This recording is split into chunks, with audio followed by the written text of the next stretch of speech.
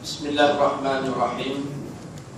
La ilaha illallah wahdahu la syarika lahu wa ashhadu anna Muhammadan abduhu wa rasuluh.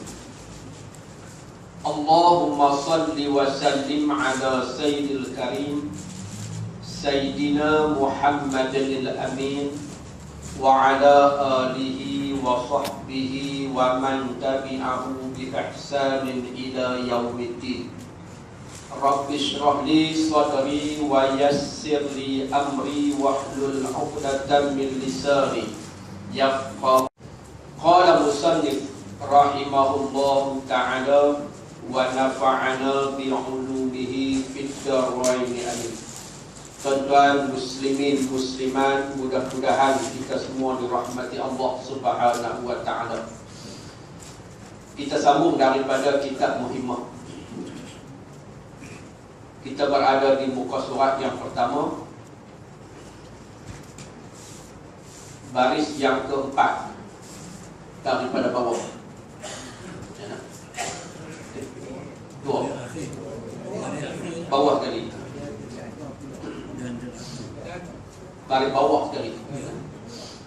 Bismillahirrahmanirrahim. Dan derhaka pula sebab minta akan tolaknya, dan derhaka pula sebab masam mukanya kemudian daripada bersihnya. Dan lagi beberapa banyak perbuatan yang jadi derhaka perempuan akan suaminya itu tersebut di dalam kitab fiqh. Maka manakala berbuat oleh perempuan akan suatu daripada segala yang tersebut itu, dan jikalau dengan satu lahzah sekalipun, nescaya tiada wajib atas suaminya memberi nafkahnya pada hari itu, dan tiada pula wajib memberi pakaiannya pada pasal itu, dan tiada pula wajib gilirannya.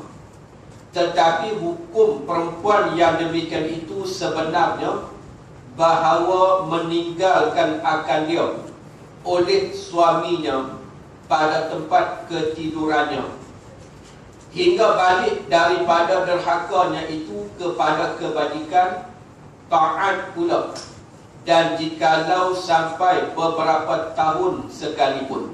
Baik. Kata Syekh Musannif, pengarang kitab Muhimmah, dia kata dan derhaka pula sebab minta akan tolaknya. Derhaka seorang perempuan apabila dia minta suami dia menceraikan akan dia. Bila bergaduh, bila berselisih faham, bila berkelahi, minta supaya dia tu diceraikan. Maka minta cerai tadi ni adalah satu perbuatan yang menjadikan si isteri derhaka kepada suami.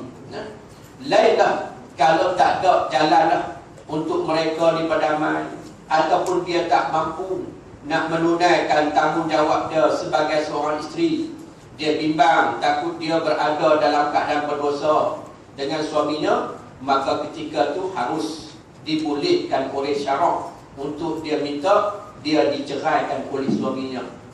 Seperti mana yang berlaku di zaman Rasulullah SAW. Satu orang perempuan yang bernama Jamilah binti Ubay. Jamilah binti Ubay ni, dia berkahwin dengan seorang sahabat Nabi yang bernama Sabit bin Qais. Satu orang sahabat yang rupa paras dia tak segak, tak cantik. Uduh rupa Sabit bin Qais ni hitam. Jamilah bin Ubay ni satu orang perempuan yang cantik, segak. Jadi dia berkahwin dengan Sabit bin Qais, yang diceritakan dalam sebuah hadis yang diriwayatkan daripada Ibn Abbas radhiyallahu anhu. Kata Ibn Abbas radhiyallahu anhu, dia kata anna imra'atan Sabit bin Qais atat Nabi SAW. Satu hari, kata Abdullah bin Abbas, isteri kepada Sabit bin Qais, satu orang perempuan, isteri kepada Sabit bin Qais, datang bertemu dengan Nabi SAW.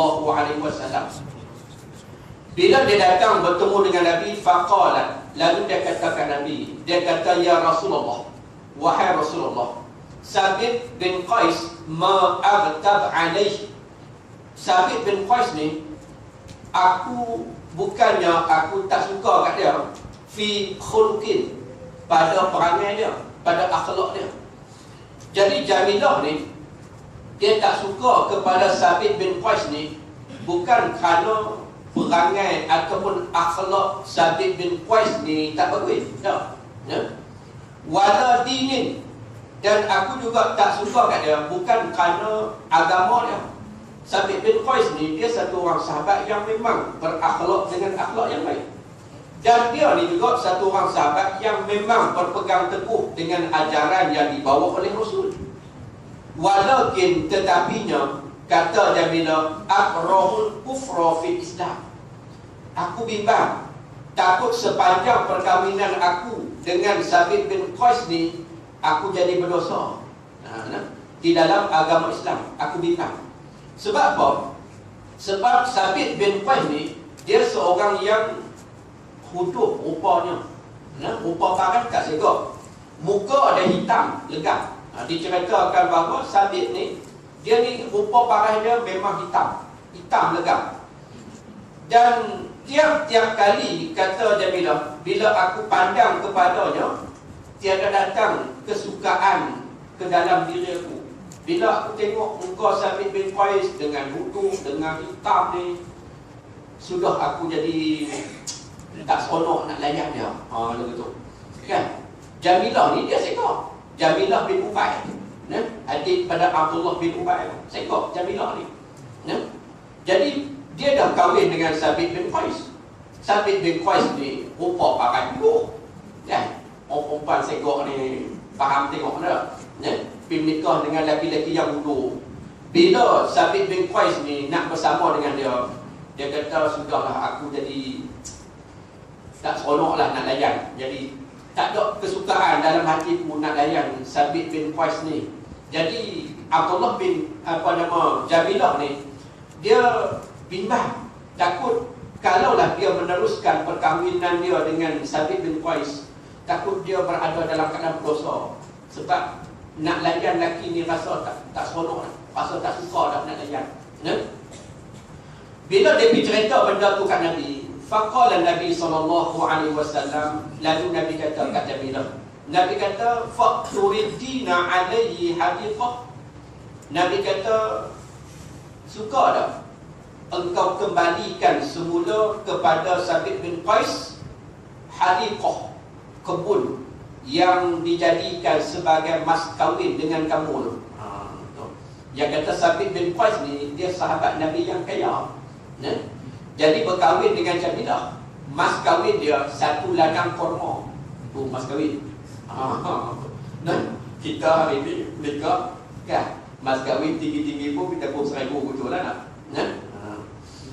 Mas kahwin dia dengan Jamilah satu ladang korma. Tu sebagai mas kahwin. Jadi Nabi kata kat Jamilah, Nabi kata, mau tak hang bagi balik mas kahwin tu, ladang korma yang dijadikan mas kahwin semasa perkahwinan hang dengan Sabit tu, hang pulangkan balik kepada Sabit bin Qais. Qalat, jawab Jamilah, dia kata na'am. Dia kata ya, aku sanggup, aku boleh pulangkan balik mas kahwin yang dijadikan sebagai mas kahwin perkahwinan aku tu, aku sanggup pulangkan balik. Bila Jamilah kata macam tu, faqala Nabi SAW, lalu Nabi SAW bersabda, Nabi kata kepada Sabit bin Qais, Nabi kata, aqbil hadiqah. Nabi kata, hai Sabit, ambillah balik ladang korma yang menjadikan mas kahwin dengan Jamilah dulu, kemudian watallaqaha tatliqatan, dan hang cerailah Jamilah ni dengan satu talak. Yang ni dia panggil hukum tebus talak. Bila satu orang perempuan ataupun si isteri, dia minta supaya kita suami ni menceraikan akan dia tanpa apa-apa kesakitan, tanpa apa-apa perkara yang kita lakukan ke atas diri dia Cuma dia bimbang, takut dia dalam keadaan berdosa dengan kita, mungkin dia dah tak mampu nak layan kita, mungkin dah dia tak suka dah kat kita umpamanya, jadi dia minta kita ceraikan dia. Maka sebagai seorang suami boleh ataupun dia berhak untuk minta balik mas kahwin.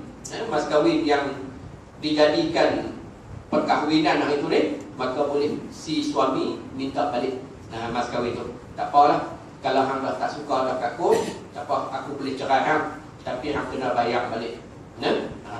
Ikut pendapat Sayyidina Umar Al-Khattab, Sayyidina Umar kata memada minta 1/3 daripada mas kahwin. Kalau mas kahwin kita 900, minta 1/3 daripada 900 tu.